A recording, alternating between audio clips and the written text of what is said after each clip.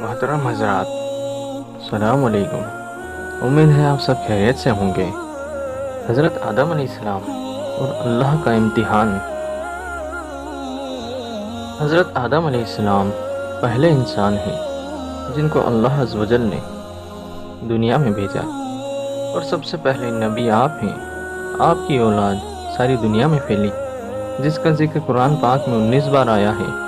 جب اللہ تعالیٰ نے دنیا کو آباد کرنے کا ارادہ کیا تو اس نے فرشتوں میں کہا، میں دنیا میں اپنا ایک نائب خلیفہ بنانا چاہتا ہوں۔ فرشتوں نے کہا، اے اللہ، تو دنیا میں ایسے شخص کو نائب بنانا چاہتا ہے جو خرابیاں کر کے اور خون خرابہ کرتا پھرے۔ ہم تیری تعریف کرنے کے ساتھ تیری تسبیح اور پاکی بیان کرتے ہیں۔ اللہ تعالیٰ نے فرمایا، میں وہ باتیں جانتا ہوں جو تم نہیں جانتے۔ حضرت آدم علیہ السلام کو اللہ نے علم عطا کیا اور ان کو سب چیزوں کے نام سکھا دیے۔ پھر ان کو فرشتوں کے سامنے کھڑا کیا اور فرمایا، اگر تم سچے ہو تو مجھے ان کے نام بتاؤ۔ پھر حضرت آدم علیہ السلام نے تمام فرشتوں کے نام بیان کرنا شروع کیے، اور فرشتوں نے کہا کہ تو پاک ہے، جتنا علم تو نے ہم کو بخشا ہے اس کے سوا ہم کو کچھ نہیں معلوم۔ پھر اللہ تعالیٰ نے فرشتوں کو حکم دیا کہ تم آدم علیہ السلام کو سجدہ کرو، تو وہ سب سجدے میں گر پڑے، مگر شیطان نے سجدہ نہیں کیا، اور شیطان کو اللہ تعالیٰ نے مردود قرار دیا۔ پھر اللہ تعالیٰ نے حضرت آدم علیہ السلام سے کہا کہ تم اور تمہاری بیوی جنت میں داخل ہو جاؤ اور جہاں چاہو کھاؤ پیو، مگر ایک خاص درخت کے متعلق حضرت آدم علیہ السلام کو منع کر دیا کہ اس کے قریب بھی نہ جانا، ورنہ تم بھی ظالموں میں سے ہو جاؤ گے۔ اور اس طرح اللہ تعالیٰ نے حضرت آدم علیہ السلام کا امتحان لیا کہ یہ ہمارا کہنا مانتے ہیں یا بھول جاتے ہیں، یا شیطان کے بہکاوے میں آ جاتے ہیں۔ شیطان جو پہلے ہی حضرت آدم علیہ السلام سے ناراض تھا کہ ان کی وجہ سے وہ اللہ تعالیٰ کے دربار سے نکالا جا چکا، اور خدا تعالیٰ کی لعنت اس پر ہوئی، اور اس نے قسم کھائی تھی کہ میں حضرت آدم علیہ السلام اور ان کی اولاد کو قیامت تک بہکاتا رہوں گا کہ اللہ تعالیٰ کا کہنا نہ مانے اور خوب برائیاں پھیلائے۔ وہ حضرت آدم اور ان کی بیوی حضرت حوا علیہ السلام کو برابر بہکاتا رہا کہ اس درخت کا پھل تم ضرور کھاؤ، ان کے کھانے سے تم فرشتہ بن جاؤ گے، جنت میں سے کبھی نہ نکلو گے۔ آخر ایک دن حضرت آدم علیہ السلام اور ان کی بیوی حضرت حوا بھول سے شیطان کے بہکاوے میں آ گئے اور درخت کا پھل کھا لیا۔ پھل کھاتے ہی دونوں بنا کپڑوں کے ہو گئے، اور جنت کا لباس ان کے بدن سے غائب ہو گیا، اور وہ جنت کے پیڑوں کے پتوں سے اپنا بدن چھپانے لگے۔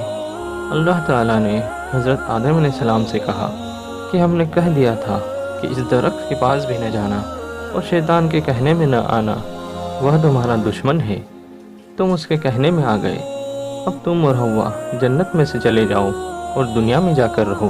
حضرت آدم علیہ السلام کو جنت سے نکالے جانے اور شیطان کے بہکاوے میں آنے کا بہت رنج ہوا، بہت دکھ ہوا، اور بہت عرصہ تک اللہ تعالیٰ سے معافی مانگتے رہے اور روتے رہے کہ اللہ تعالیٰ مجھے معاف کر دے۔ آخر اللہ تعالیٰ کو رحم آیا اور حضرت آدم علیہ السلام کو یہ دعا سکھائی کہ اے ہمارے رب، ہم نے اپنے اوپر ظلم کیا، اور تو ہم پر رحم نہیں کرے گا تو ہم بڑا نقصان اٹھانے والوں میں سے ہو جائیں گے۔ تو حضرت آدم علیہ السلام نے یہ دعا بہت گڑ گڑا کر مانگی، اور اللہ تعالیٰ کو بہت رحم کرنے والے ہیں۔ جب کوئی بندہ گناہ کر لیتا ہے اور سچے دل سے توبہ کر لیتا ہے کہ اے اللہ، یہ گناہ تو مجھ سے غلطی سے ہو گیا، آئندہ ایسا نہ کروں گا، تو وہ معاف کر دیتے ہیں۔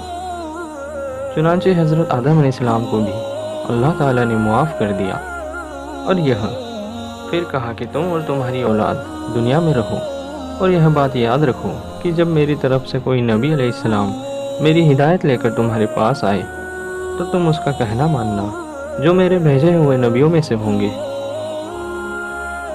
ان کو پھر نہ کوئی خوف ہوگا اور نہ غم ہوگا، اور جو لوگ میرے نبیوں کی بات کو نہیں مانیں گے اور ہماری آیتوں کو جھٹلائیں گے، وہ دوزخ میں جائیں گے اور ہمیشہ اسی میں رہیں گے۔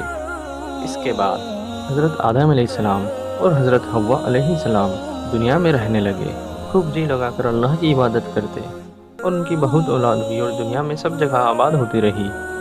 حضرت آدم علیہ السلام اپنی اولاد کو یہی بات بتاتے رہے کہ کہ تم کبھی شیطان کے بہکائے میں نہ آنا، وہ ہمارا دشمن ہے اور ہم کو بری باتیں کرنے کے لیے بہکاتا رہتا ہے۔ ہمیشہ اللہ کی عبادت کرنا، سچ بولنا، کسی پر ظلم نہ کرنا، ایک دوسرے کے نیک کاموں میں مدد کرتے رہنا۔ آخر کار حضرت آدم علیہ السلام 900 سال زندہ رہ کر وفات پا گئے۔ ناظرین کرام، اسی طرح کی اور دیگر معلومات اور اسلامک انفارمیشن کے لیے ہمارے چینل دینی معلومات 07 کو سبسکرائب کریں۔